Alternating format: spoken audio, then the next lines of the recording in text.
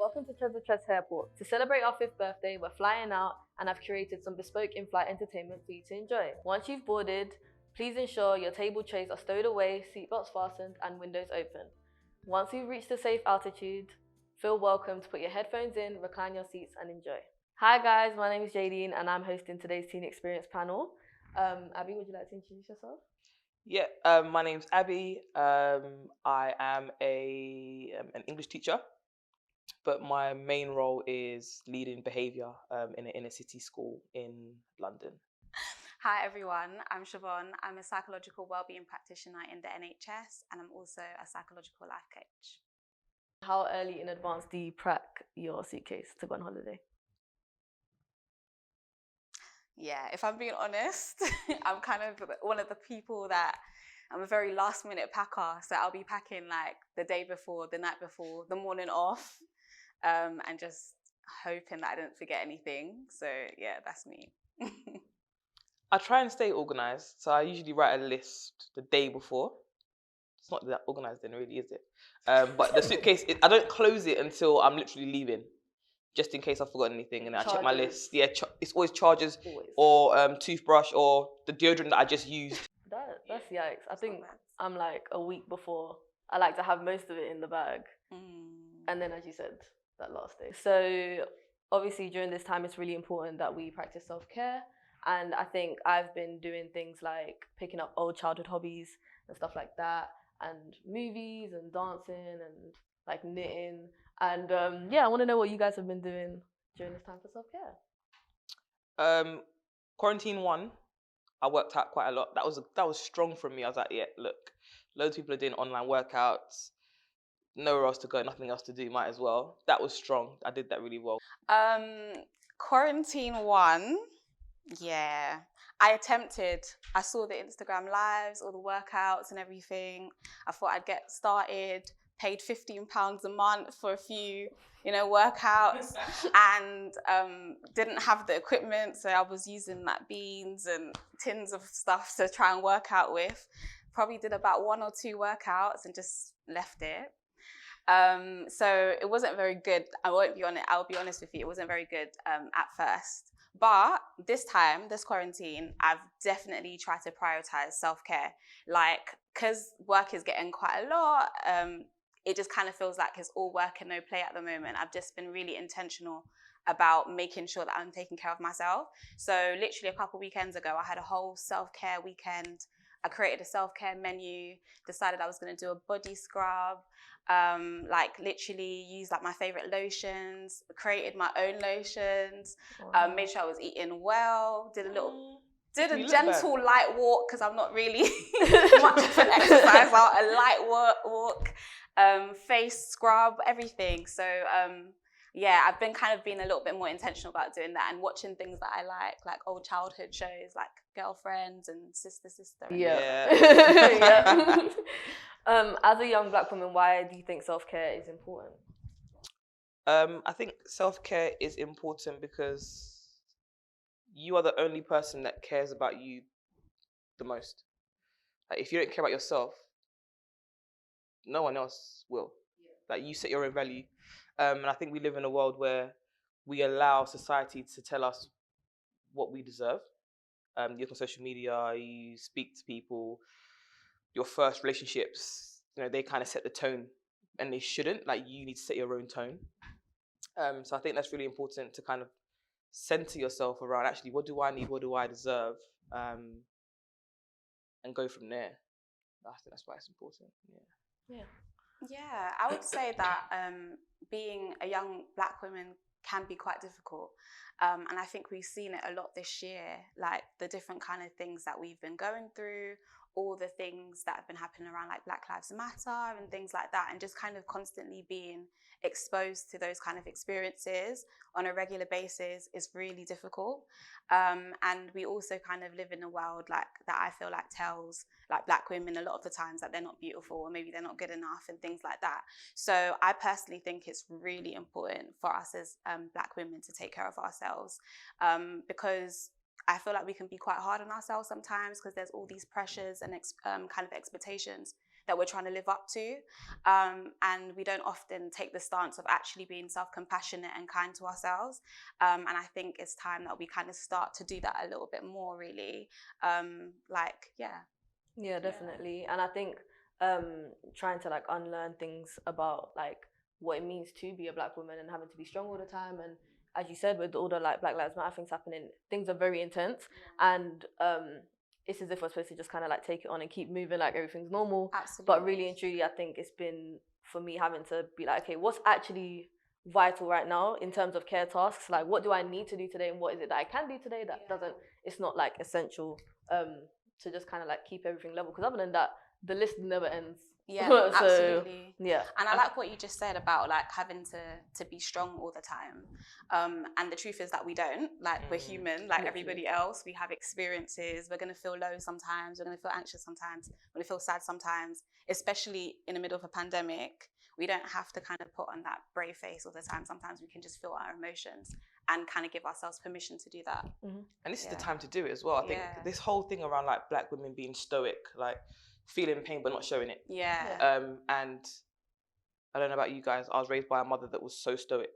Like, that woman must have been, now that I'm 30, I can see she must have been going through it, but only on reflection. And I think about things that I used to do and be like, why can't I have this? What do you mean?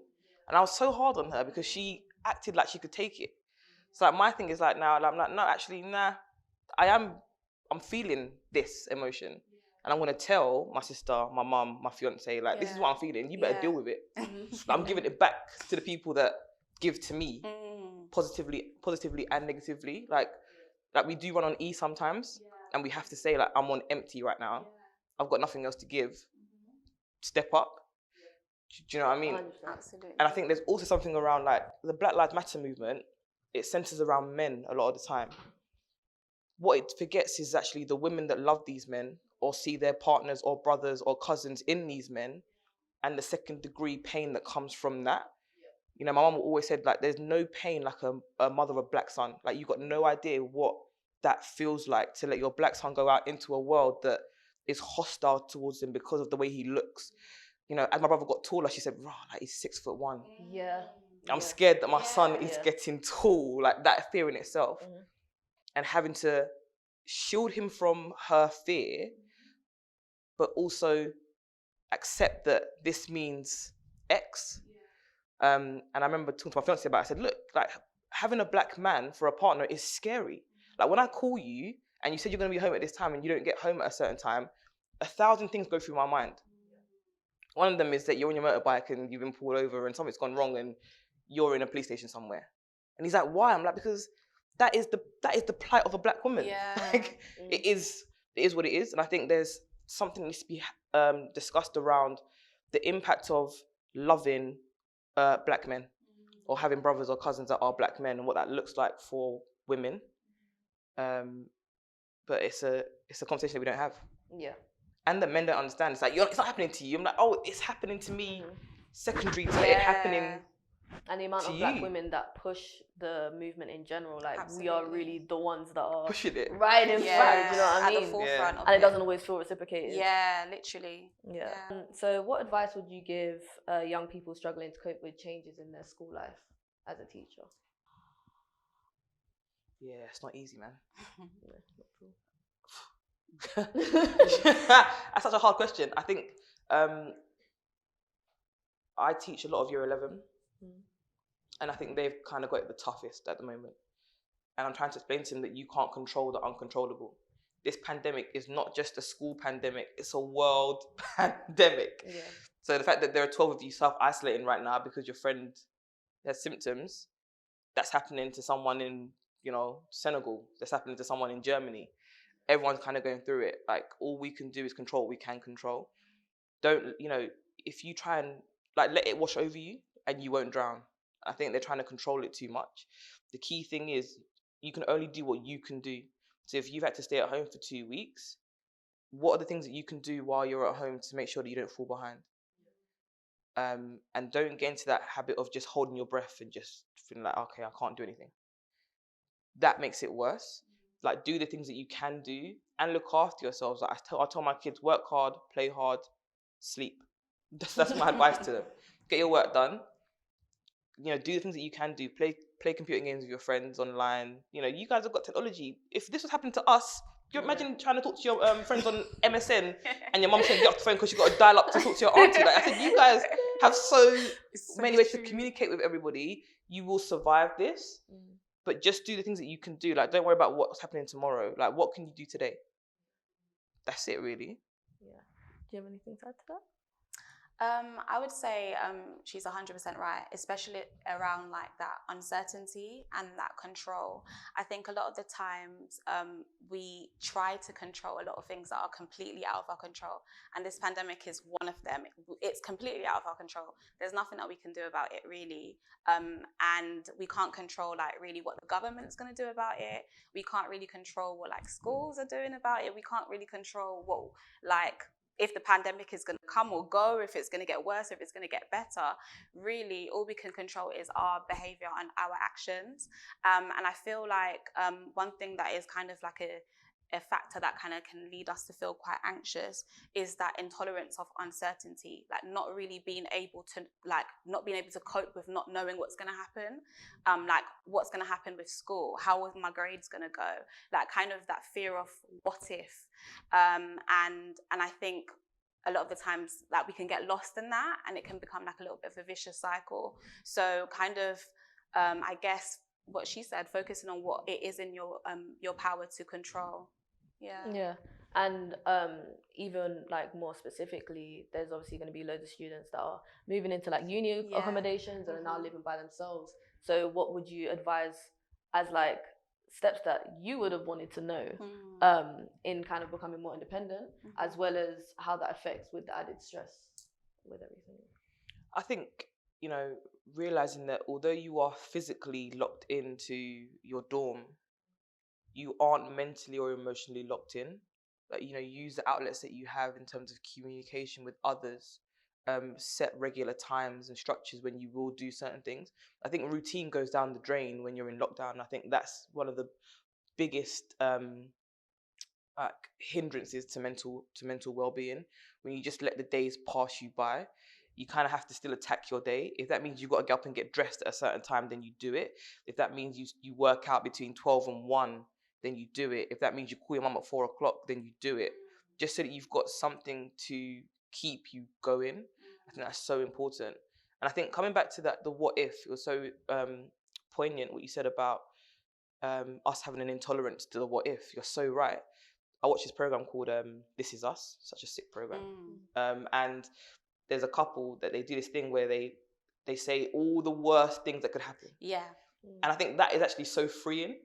Like, actually, what's supposed to happen? If you are locked into your dorm and you don't get to go to your lectures, what's supposed to happen? Yeah. All right, you lose your $9,000 that you paid, and it's not really worth it. That's true. You get the grade that your target is rather than what you worked for. But then what happens? In 5 years' time, is that going to even matter? Probably not. So just let it go. Yeah. Do you know what I mean? Yeah. I'd say on that point about what you said, like what's the worst that can happen? A lot of the time when we get into those spirals of like what if worries, like what if this happens, what if that happens, then we think that if we worry about it, it's actually going to help us. So we think that worrying is going to, if I worry about it, it means that I'm going to be better prepared. If I worry about it, it means that I can stop this from happening. If I worry about it, then etc. And as a result of that, we start to kind of do like worry behaviours. So we might start to over prepare. We might start like even procrastinating because we just we want to avoid certain things. Or we might kind of start like seeking reassurance, like talking to your friends and your family, like, okay, do you think it's going to be okay? Like, do you think, kind of seeking that reassurance. And then we think because we've done all of those things, then that's actually going to prevent the outcome from like happening. So, okay, I've done this, I've over prepared, I've done everything that I need to do. That's what's going to stop this thing from happening. But actually, that's not what stops it from happening. It's going to happen if it's going to happen, or it may not happen. And that's just how it is. So we convince ourselves that because we worried, it helped. And it doesn't. So the thing is, what she was saying about like the worst happening, a lot of the times, the worst doesn't actually happen, and we think, oh, it didn't happen because I worried. No, it just wasn't going to happen, as I mentioned. So I would say that worrying doesn't really solve anything, really. There's reasons why we worry, because we think it's helpful and that we're gaining something from it. If I worry about this, it means I care about my education. It means I care about my future. But really, what solves something is problem solving, like actually looking at the things that you can control and the things that you can do something about, and actually solving that issue. That's what's going to do something about it. That's what's going to impact change. And yeah, that's kind of what is the best thing to do. Worrying just makes you feel worse. So I guess coming back to somebody that's kind of moving away from home, going into like probably another city, kind of starting independent living, there is so much fear of the unknown. There's so much that you don't know is going to happen. You know, like what we were talking about a little bit earlier, like how much are certain things going to cost? Like, how am I going to afford to pay for my groceries? Or how am I going to kind of make friends at uni? Or when I'm not able to socialize, like what if I have nobody? You know, all of these different things. I would say just try to problem solve it. Is there something that you can actually do about this? Is this something that may never happen? Or is this something that I can actually do something about? And what are the practical things that I can kind of do about it now? Kind of brainstorming, making a list of anything that you can do, not limiting yourself. So when you're like problem solving, it's best to kind of get really specific about what it is that you're actually trying to solve.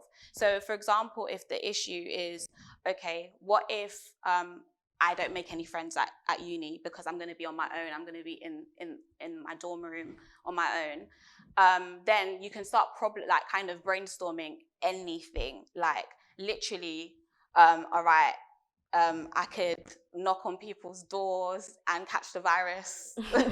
I could message people on Instagram, on social media, on Facebook. I can be a beg. I could maybe kind of write an email to certain people, or join certain clubs online, or go to certain events online. But like basically, you just don't want to limit yourself in this stage. You want your creativity to kind of take control. You're not trying to find the perfect solution when you're problem solving. You're just trying to find any. And then you start to weigh up the pros and cons, really. Okay, what are the advantages of doing this? What are the disadvantages of doing that? And then basically choosing the one that you think is the best solution for that time, and then doing that and actually saying, okay, did this actually work? Did this help me? Did this solve my problem? And then if it didn't, go back to the drawing board and start again. So I think sometimes when we think about problem solving, we get really overwhelmed, especially when we're feeling really low or really anxious and we just don't know what to do. But I guess the best thing to do is just to break it down into small, manageable chunks, like plan everything out. Okay, what am I going to say to this person when I speak to them? Or like, how will I address this situation? What time am I going to do it? Like literally getting so specific about it, and then following through and just doing it. So yeah, that's my very long answer to your question. And to add back to what you were saying, I think especially for uni students, like we don't have freshers, for example. That's like a big part of the uni experience, like going to parties and, you know, meeting loads of people. So that being taken away, obviously we're still paying $9,000, which is yikes in general because we're not having the facilities that we want. But it does sometimes feel like, oh, okay, it's not really worth it. And I would say like, there are, like, my uni's been doing, like, Zoom clubs and stuff like that. And although it's kind of cringy, and although it's, like, it's not what I want, it's, like, cool, you can still meet people. Like, we have, like, Instagram pages and stuff where all the, like, new people, like, post and stuff like that. So just kind of, like, creating a new normal for what's going to have to happen. And then, like, I've had a lot of, like, social media friendships born during this time now, and like I've been like on TikTok and stuff like that, and I've made like loads of mutuals, and you know, it's really amazing that we sometimes take for granted that social media is literally just that place where everybody is, and we can formulate friendships and also like rekindle friendships that we had in the past during this time. So you've got to embrace this new normal. Like, it is what it is. The bottom line, it is what it is. And we've got to get over this idea of this is cringy, that is cringy. You know what? Life is pretty cringy. That is the bottom line. and making friends. Go back to primary school vibe. Do you want to play with me? Yeah, literally. Sometimes actually, You make it so much harder than it needs to be. That person's cool. Let's get over ourselves. You'd be like, you know what? You seem like the kind of person that I can chill with. Like, I saw your TikTok is cold. No, Blah, blah. literally. Have the conversation. Oh, you cooked that and that looks nice. Blah, blah, blah. Like, what's in that? What, shiitake mushrooms, yeah? Cool. Where'd you buy those? Like, have the conversation. Like, what is the worst that can happen? I'm scared of rejection. It's exactly that, and I think kind of being from London or whatever, I kind of said it a little bit earlier, but like kind of feeling like, oh, that person's gonna think I'm a quote unquote beg or I'm begging it. But it's like, if what, then what? Like, okay, I don't die. Like, we keep it moving. Yeah. And like, I took up roller skating during quarantine as well, and that's the only fitness I can do. I can't stand workouts or gyms or any of that. So I was like, cool, roller skating. I can skate for hours, and I'll like wake up in the morning, my muscles are hurting. So like, it's a good way of exercise for me. And then like I've met loads of people through that. Literally just like posting a video of myself skating. People are like, oh, I skate. Oh, I skate. Cool. And I'm like, okay, let's like link up and skate together. Like if you, and especially like, I know a lot of people that don't share what they do or what they enjoy doing on social media, because it's, I don't know, obviously some people use it in different ways. So it could just be like, oh, I only post selfies. I don't post my art, or I don't post X, Y, Z. But once you start sharing, like people really do gravitate towards you, because it's like, oh, we actually have a common interest. So yeah. Even on that same note, what hobbies have you picked up in particular during this time? Do you think or are you going to pick up hobbies in the second lockdown? I think I just took more time to do things. Cooking, I cooked a lot more. I like cooking anyway. Yeah. But I follow a couple of people that have started cooking loads and just making things, having more time to cook. A working day is mad. What lockdown 1 taught me was, we work so much. Like it's actually insane. If you do a 9 to 5, you leave home at 8, you get to work at 9, you leave at 5, you get home at 6. You've got about 3 hours with your loved ones and yourself before it's time to go to bed to start all over again, and you're jonesing for the weekend. It's actually mad. Like you don't actually have much time for yourself. So dinner's normally very quick in my house, or on a Sunday I'm cooking loads of stuff for the week. So it was nice to just actually cook lots of fresh food. I was doing like 3-course meals, nonsense. This man was like, yeah, what's for dinner today? Like he was so happy. So just cooking more. I made like my Chinese shop closed. I was very upset about that. So I learned to make sweet and sour chicken. That was banging actually. I might do that this weekend. Just little things like that, and cocktails. We had a lot of cocktails. Yeah, I would say that like I noticed that as I was getting older, that like I didn't have much hobbies anymore. Like I was just like a boring adult, like going to work, going out with my friends, but like actual hobbies like that I used to do when I was younger. Like I used to do a lot of artwork and stuff, like painting, drawing, like model making. I used to run. Now I can barely run down the road. Like, so I'm literally just trying to think back to the things that I used to like when I was younger, the things that I used to be really good at, and trying to kind of, like start doing it again, basically. So I bought like a paint set from Amazon. So I'm very, very, very happy about that. So I'm going to start kind of painting again and seeing how that goes, just for pleasure. Like not necessarily, I feel like sometimes when we think about hobbies, we think about how to monetize them and how to like make it into a thing that you're going to turn into a business. But like, I'm just thinking about it like, no, I need to just do this because I like it, because I enjoy it. Nobody needs to necessarily see it. And so I've been doing that. I've been doing a lot of DIY stuff. Like I made my own like shea butter lotion the other day, shea butter, mango butter, cocoa butter.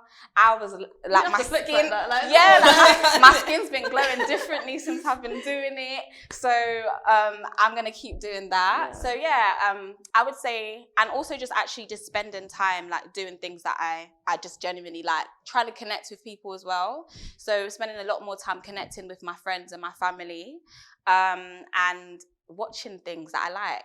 My trash reality TV shows is fine. I like it. I'm gonna watch it.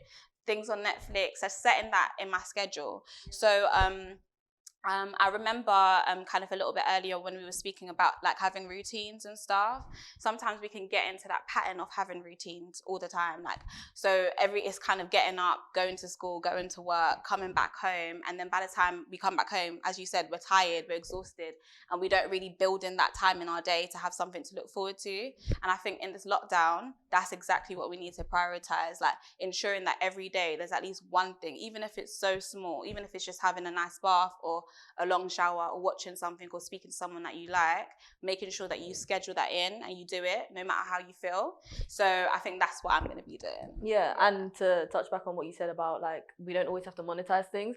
Like I've been seeing so many rise and grind like Instagram pages like, what did you do during this quarantine? I'm like, bro, I survived. Like, can we like, that's enough. Like we don't actually have to do the most all the time, especially when there's so many more stresses that we've added on now. In lockdown, everyone needs to start a business. If you didn't start a business, then what did you do? No, I actually live your life. Bro, and then like as you were saying, we work all the time, so we've never been given an opportunity like this to just pause. And I think that's why it's also been quite hard, because like your mind's always busy, you're always occupied with something. So when you do have that silence, it can be quite like overwhelming, because now everything else that was in the background just like comes forward, and now you have to deal with all of this while also physically isolating yourself, depending on obviously, and if you're living by yourself, even more so. Oh yeah, absolutely. So yeah, I think it's just a lot. I would say like having a lot of empty time can be a bit dangerous. So if you don't fill your time with things to do, not saying that you always need to be active or you always need to be doing something or always need to be busy, but I find that when you have a lot of empty time, when you've got a lot of time to perhaps ruminate and reflect on the things that happened in your past, the experiences that, you know, weren't necessarily positive, or you have a lot more time to worry about the things in the future. So you kind of end up actually wasting a lot of time instead of kind of thinking about, okay, in this time, what could I do? What could I do to kind of improve my quality of life? What can I do to kind of move me towards like what I find important in life? It doesn't have to be a business. It doesn't have to be kind of anything big, but like just kind of reconnecting with the things that are important to you and that you value in this time, instead of kind of spending that time worrying and ruminating. Does that make sense? Yeah. And I think we also like talk a lot about what if you're isolating by yourself, but for a lot of teens, it's actually worse. Like, what if you're isolating with your family? I've got to be honest. Like, I love my mum to death. I love my sister, my nieces, my nephew. But if I had to live in that house 24. No, the pain. Because like, actually, what do we tell people about isolating when you share a room? Yeah. Isolating when your house is full of people. Yeah. Isolating when everyone's now on top of each other. You've never spent that much time with your family in your life. Like, what does that look like? And I think we're gonna have to start having conversations with our parents and our siblings. Do you know what I mean? Like, hard ones and ones that aren't so difficult, but have those conversations. I remember my little brother was 12 and he's the youngest. He sat us all down, like 3 women. I think we were all sitting in our underwear probably, because that's what we were on. And he said, I need to talk to you lot because now that I'm a bit older, like, you lot need to start putting clothes on in the house. It's not, I don't like it. And we're sitting there like, what's your problem? And I think little things like that, like actually for him at 12 to sit down with his 2 big sisters and his mum and say, listen, like, I'm in this house now too. I can't live like that. Yeah. Have those conversations that actually, you know what, mum, like, allow it. Can there be an hour a day where you don't call me to come and make you tea or get the remote from next to you? Like, I get it. Like, and I think there is this thing about hierarchy. I'm the older, blah, blah, but having those conversations is so important for your mental health and your own well-being. Like, I need that time when I won't be called by someone. Yeah. I remember being in my room and I can hear someone come up the stairs and be like, Jesus, please, not my room, not my room, not my room, not my room. Do you know what I mean? That pain of always being accessible because you live in a family home. Mm-hmm. Like, between you sit down, have a meeting and say, do you know what, right now, like, this is the time when I'm going to be doing this. Yeah. I might not look busy to you, mum, but I'm busy. Yes. Like, leave me alone. Well, not in those words, you get kicked out, but like having those conversations so everyone has their own space. Mom said the only place that she had was the toilet. It was the only time that she wasn't mum. She'd just sit in the bathroom, not even doing anything, she's just sitting in there because she needed some time. Like, actually, everyone needs their own bathroom. Like, where is the space where I'm here, where you lot just allow it? Yeah. That's like almost boundaries, harder. Yeah. So I think it's been like mad to have to be like, look, I actually just can't right now. I think at the beginning, I'd completely like shifted my sleep schedule. So I was sleeping most of the day and then just awake at night because that's the only time my house was quiet. That's the only time no one wasn't calling me. And I was vibing. I was, enjoying myself. And then they were like, you can't keep doing this. Like, it's like you're not here. And I was like, I guess I'll flip it back, Yeah. But it was just like, I was like, okay, if I flip my timetable back, I need you lot to still give me time, you know? Yeah, I love what you just said about boundaries. I think literally when you're living with so many people and you're, like you said, on top of each other, you don't get a break from each other. Like, it's so important to be boundaried and understand again what like your rights are as a person and what their rights are. So like, okay, I have the right to say like, I don't care, or I don't want to do this, or no. I have the right to kind of set my own priorities. I have the right to have time to myself. So being aware of like what you have rights to and then what their rights are. So you're not violating their rights. Like, you're not always in their space, or you're not constantly asking them to do things when they've said no. Respecting their boundaries, respecting their rights, and then like kind of also respecting yours by kind of asking for what you need from them, like not being afraid to ask for what you need and asking for space or asking for some time by yourself or asking, just for a bit of privacy. I know it's hard, especially when you're young and you're living under people's roof and they like to remind you that you're living under their roof. Yeah. But kind of sometimes it's the way you communicate that need, like not kind of doing it in a way that could be seen as aggressive or rude, like raising your voice or just being annoyed. Like, I know as like young people, we could be like, oh, just give me my, and that's going to obviously kind of incite a different response from like your parent or from your sibling than you want. Like, they're probably going to be more likely to not listen to you or be a bit more annoyed with you about certain things. But it's just about the way that you communicate certain things, like being really firm in your voice, but being polite and being kind, and also coming from like, I guess, a shared understanding and a shared story. So for example, if you find that you're at home all the time now, your sister's always leaving the dishes for you to wash, like, you could be like, why are you always leaving the dishes? And then it will be an argument, and now you're in an argumentative household. But it's like, we both live here, we're both here all the time now. Like, I'm sure we both appreciate having like a nice, clean space. Like, how can we solve this? Like, what's the solution for that? Instead of like, you're always leaving, like kind of causing the blame. So it's about like learning how to have assertive conversations and not be aggressive, not be too passive, but also just like knowing your boundaries and knowing the boundaries of others and respecting it. And there's ways to kind of soften the blow around that. Like, I think if I lived at home still, I would have said to my mum, oh, do you know what? Let's pick a TV program that we watch together. No matter what, this is something that we only watch together. And I still do that to my mum now. If I go around and I'm like, oh, wait for me. Like, you can't watch that around me. And the other thing that me and my other half did, we created a fake colleague when we were working from home, Sandra. Like, Sandra left the dishes in the sink again. He's like, no. She is so annoying. I want to go chat to her now. I'm like, go and talk to her because I've had enough. Blah, blah. And it just took the blame out because it wasn't him doing whatever. It wasn't me doing whatever. It was this random person, and it made it like light of it. It was kind of like, she left a cup on the table. She did what? A cup? It's been there for 2 days. Nah. That's kind of like my household does that when it's like, who done this? And everyone's like, not me. And mum was like, oh, so it was Duppy. Yeah, Duppy did it. And I was like, I guess so. Like, it's true. It does soften the blow. It does. And to touch back on what you said about deserving, I think like that's been something that I've had to teach myself, that I'm deserving to work in a clear space and stuff like that. And kind of, I guess, the same love that I give other people, reminding that like, okay, actually just like give it to yourself though. And when you think about like love languages and stuff and how you receive and like give love languages, do that to myself. I keep forgetting. It's like, oh yeah, I can't just expect other people to do it, like, and I don't do it for myself. So yeah. That might be watching, how do you think they can help their child deal with feelings and everything at the moment? That's a hard one, man. Don't ask your kids how was school or how was your day. All they're going to say is good or fine. It's kind of like, tell me one thing that you did that was great today. Tell me a great conversation you had today. What made you happy today? What annoyed you today? Like, ask them to actually give you specifics. And that's with everyone in your life. But no, don't ask anyone, how's your day? Because more time you're just going to say, oh yeah, it was good, or oh, it was terrible. it doesn't invite a bigger conversation. And also, just be aware that teenagers don't talk. It's not your teenager. It's not. Oh, I don't know what's wrong with them. Like, I remember that all the time. Like, what's wrong with you? You've changed. I'm like, it's just hormones. I'm not 10 anymore. And being aware that unfortunately, you've now got a teenager in a pandemic.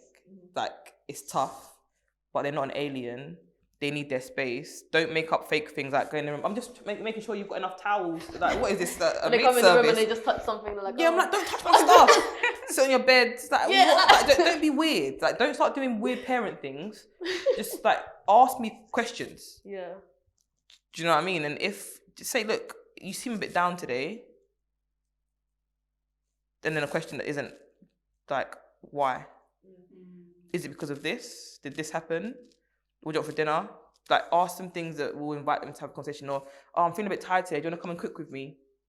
Like, make it seem like you need them. Is always a good one. Rather than, and you don't even bother to do. I don't. Because all it does is get me like, now. I don't want to chill with you. And this is the third time that I asked you to do. And like, we get it. Like, parents go to angst. Yeah. When they're worried about things. It's always like up here. And it's actually, no, just bring it down. And be a bit softer. I don't know. I never had a soft parent, so I don't. Do people have soft parents? Is that a thing? I don't know. No. Never had that I feel like experience. it's a thing where it's like inside they must be saying this one thing that you need to do like over and over again, but they're not actually saying it. So then they come to you as if they said it 10 times, but really they haven't really said it 10 times. And this is like all this energy and this is, it's a lot. I think like it's about how parents can kind of like alleviate their fears. And kind of tell your kids sometimes, like, if it's not too major, like, tell them what your fears are. Like, I'm worried that, you are, you're struggling. I'm worried that because you're struggling with not being in school, that you aren't putting the work in elsewhere. This is what I think we should do. I think that is like I think there's so much ego around being a parent. Like, my mum does not apologize. She cannot. It's like poison in her throat. She can. Burns. I said to her, I'm like, Mum, I'm an adult now. We're both adults. You did this thing and it was, well, in your opinion. I'm like, I'm going home. And I said to her, I'm going home. I'm going home. She's like, you're being extreme. What take something from the kitchen. I'm like, don't try and feed me. Are you hungry? Are you hungry? No, like, I'm annoyed. It's actually like, let's get rid of the ego and like have a conversation with the kids. Yeah. It's like, what is it that you are feeling? Tell them. Do you know what I mean? Like, they want to be treated like adults. Yeah. That's one thing about teenagers. It makes your parents human, because other than that, it's like they're just this big strong figure that does all the stuff, but you don't think, they're feeling annoyed today. Oh, they might already be in a mood, so let me not make that any worse. Like, other than that, it's very hard to kind of like connect it to actually just, they're just feeling stuff. Yeah.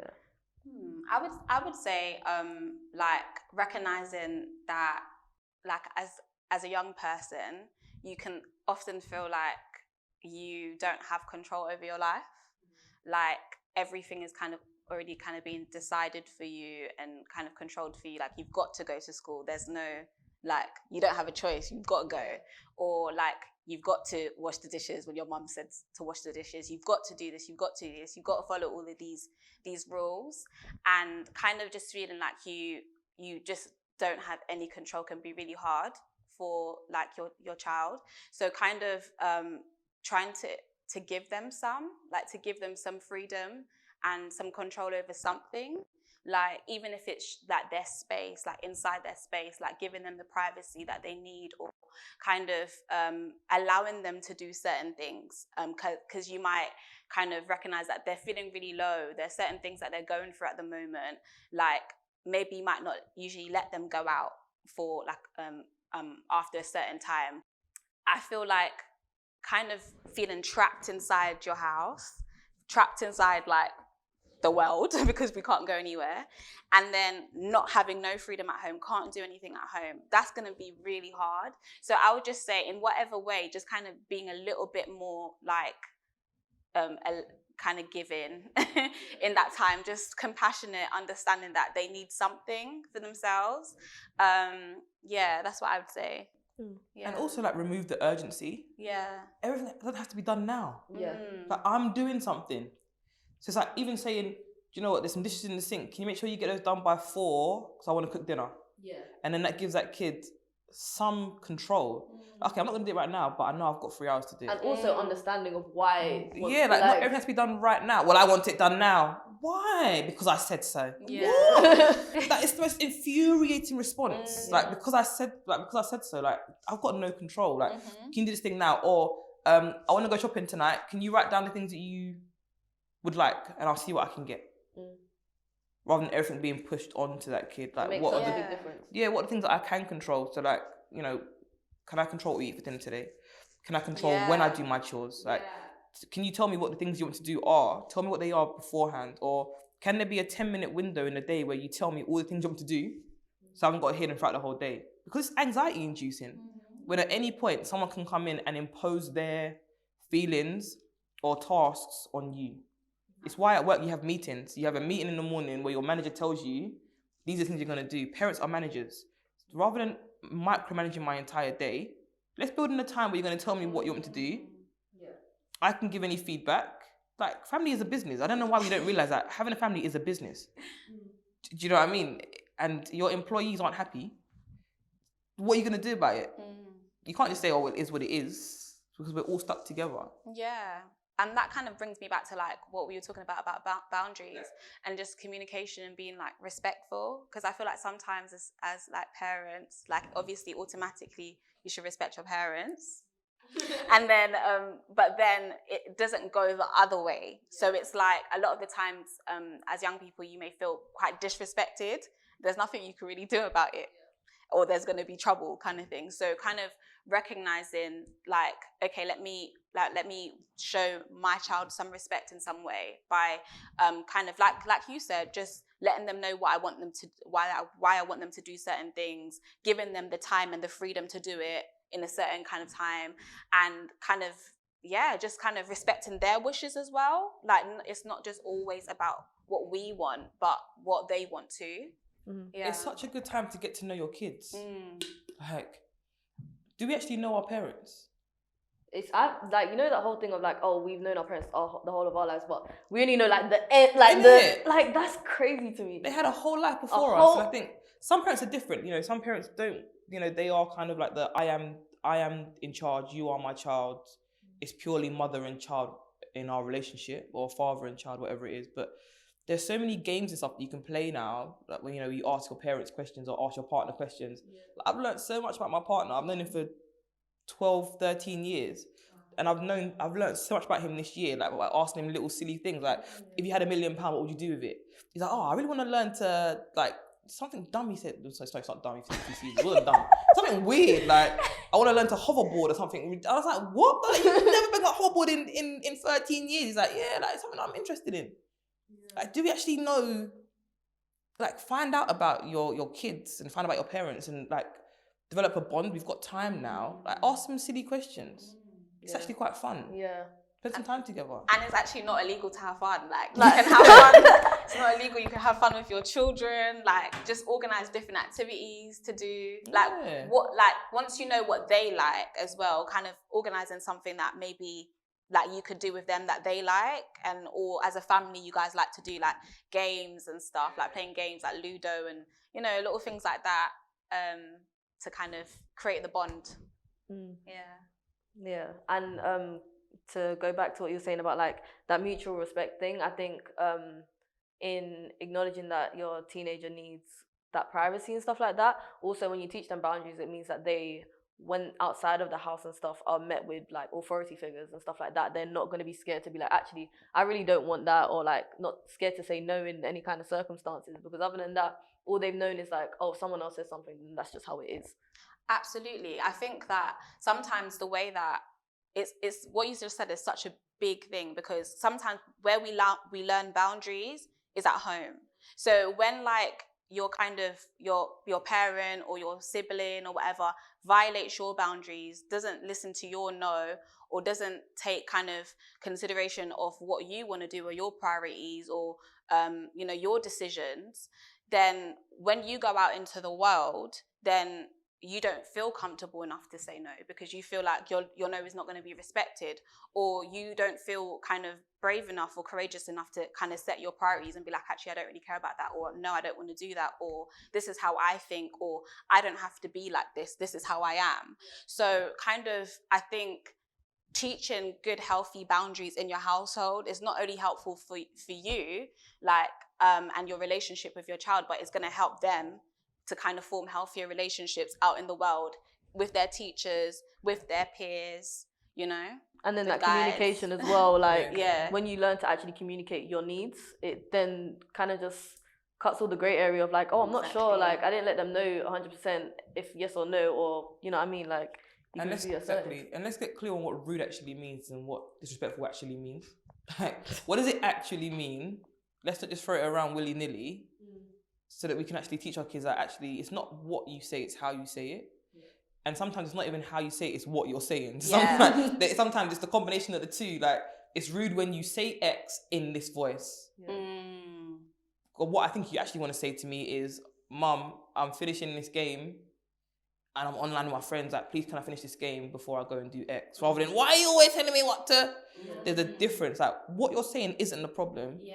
It's how you're saying it. Like, having that conversation. And that's a lot of what I do at school with my kids. I'm like, listen, I understand what you're saying, but it's not coming across the way you think it is.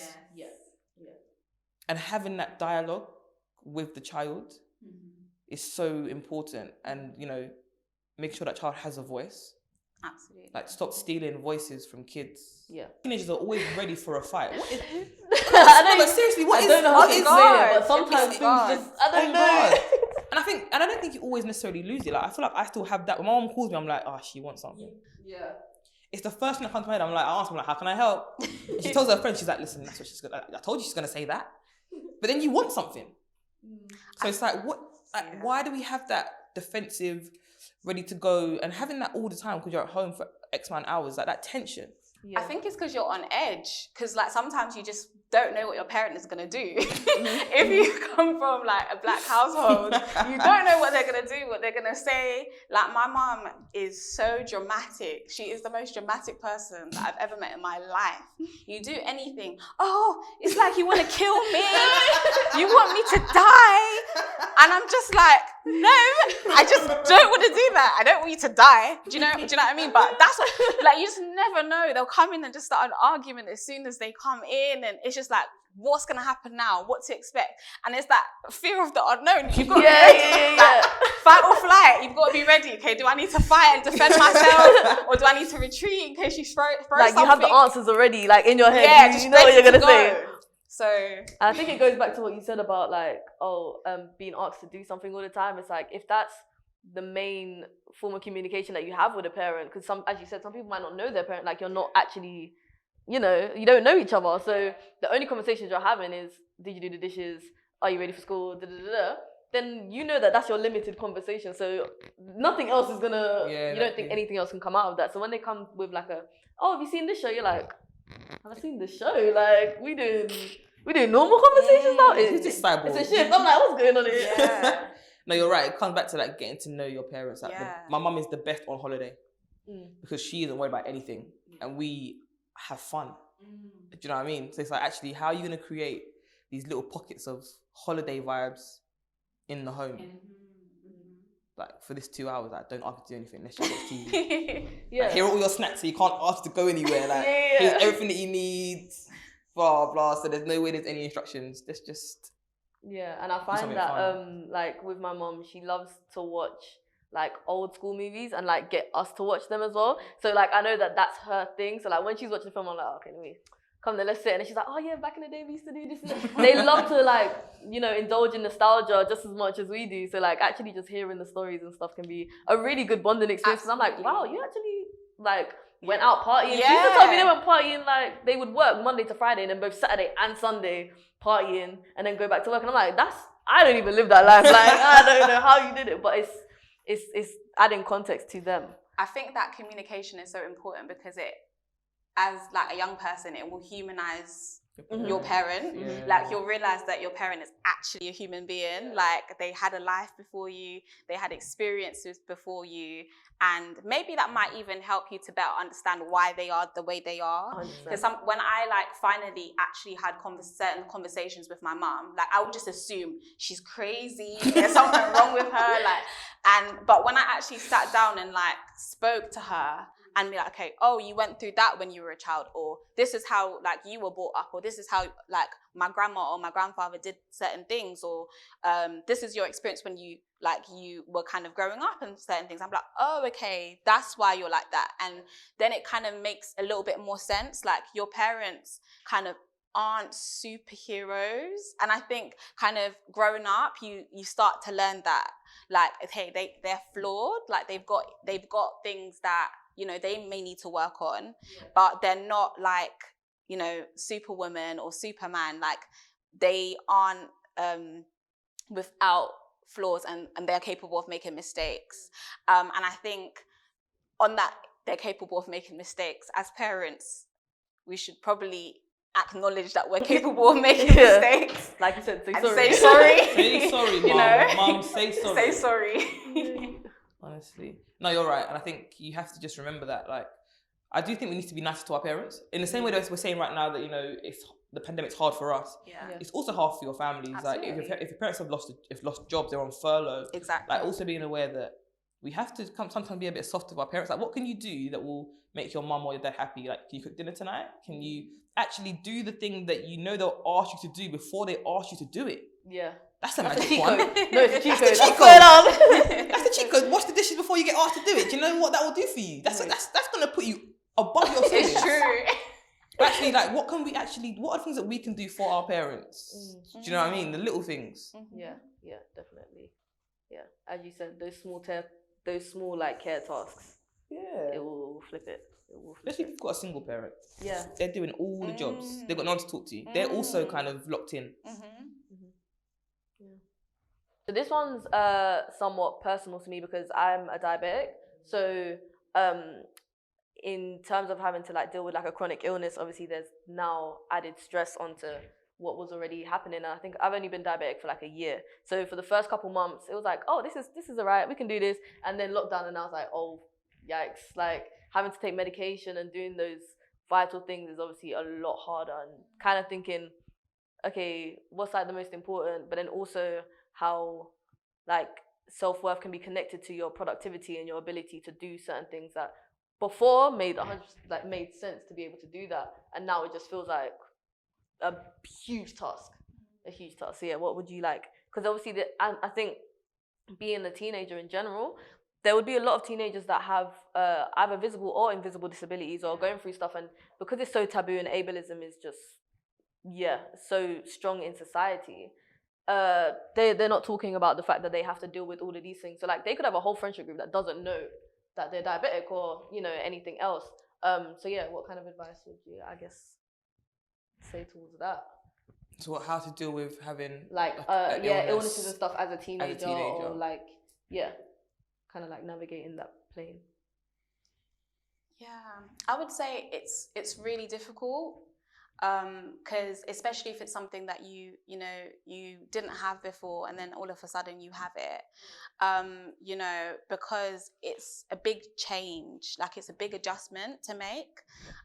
So I would say it's really hard, and I've like worked with a lot of like, people in general and young people who have that kind of long-term conditions and things like that, and it definitely, I would say, I've seen it impact their self-esteem and their sense of self-worth, and sometimes their relationships with people as well, because they might feel like they're going to get judged, or people won't understand them, or they've got to kind of hide it.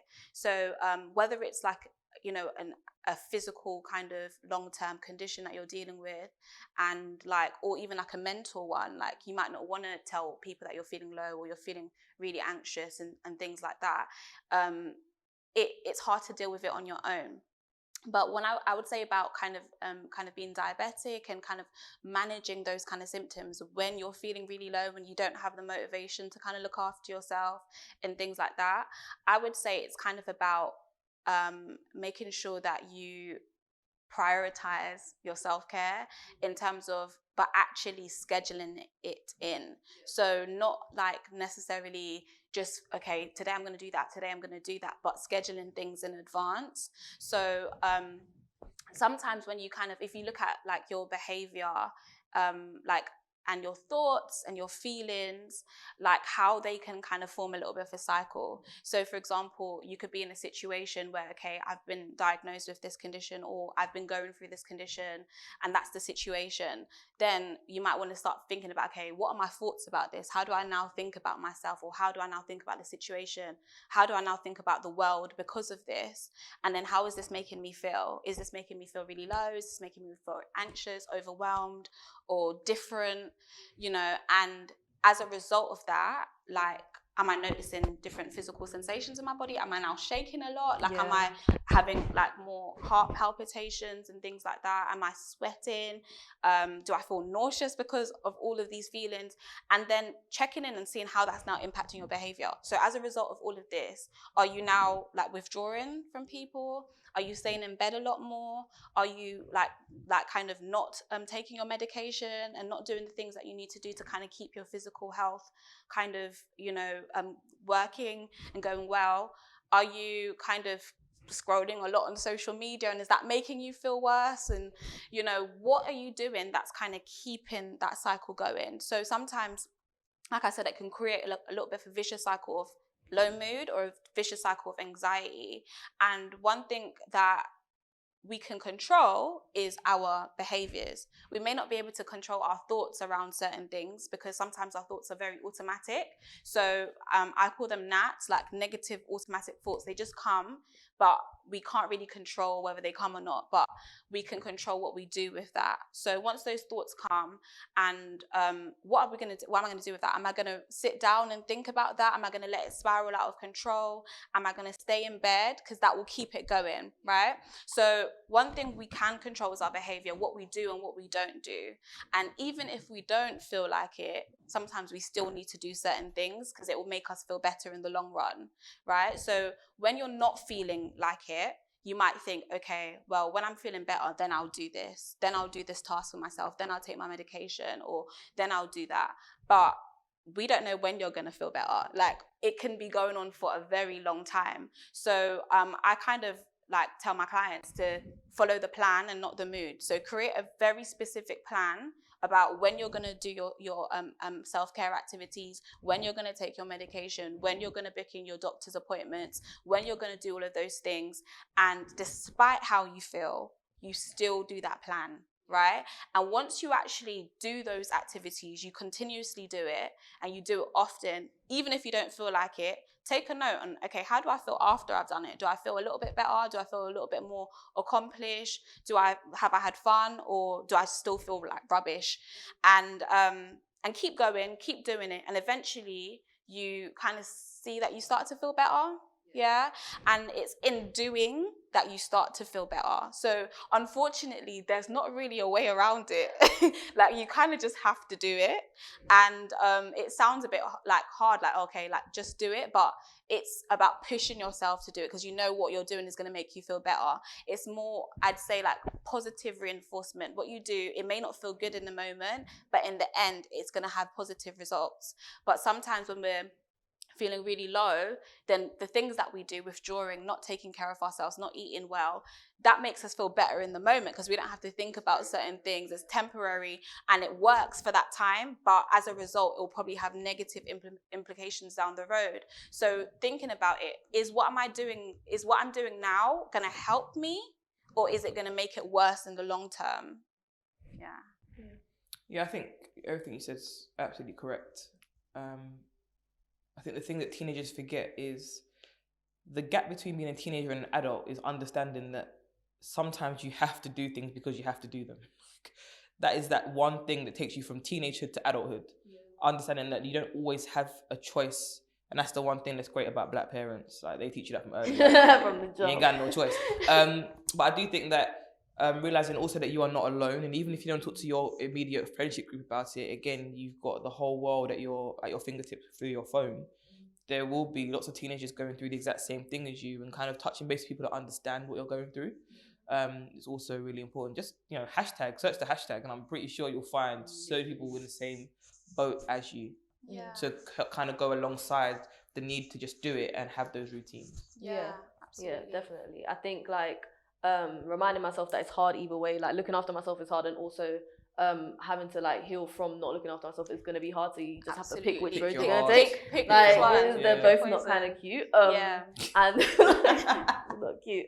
And then like as I said, I've been creating a lot more content on like social media about being diabetic and stuff, and then now I've like made diabetic friends, and nice. okay, cool, like, you know, there are communities out there.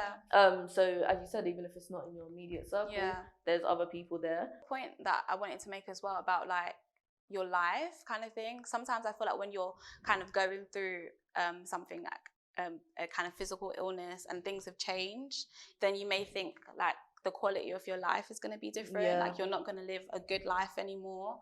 And you know, I would just like to kind of remind you and encourage you that you can still have a good quality of life, even if you're going through something, you know, physically with your health. You can still live well and have a good life. I think it's just about connecting still with the things that are important to you and focusing on those things, looking after yourself and focusing on, okay, like while I'm here, like, let me enjoy myself. Let me focus on the things that I can control, the things that I like to do, and connecting to other people who are going through things similar to me. But also there's like services out there that can help you. So you don't have to do it all by yourself.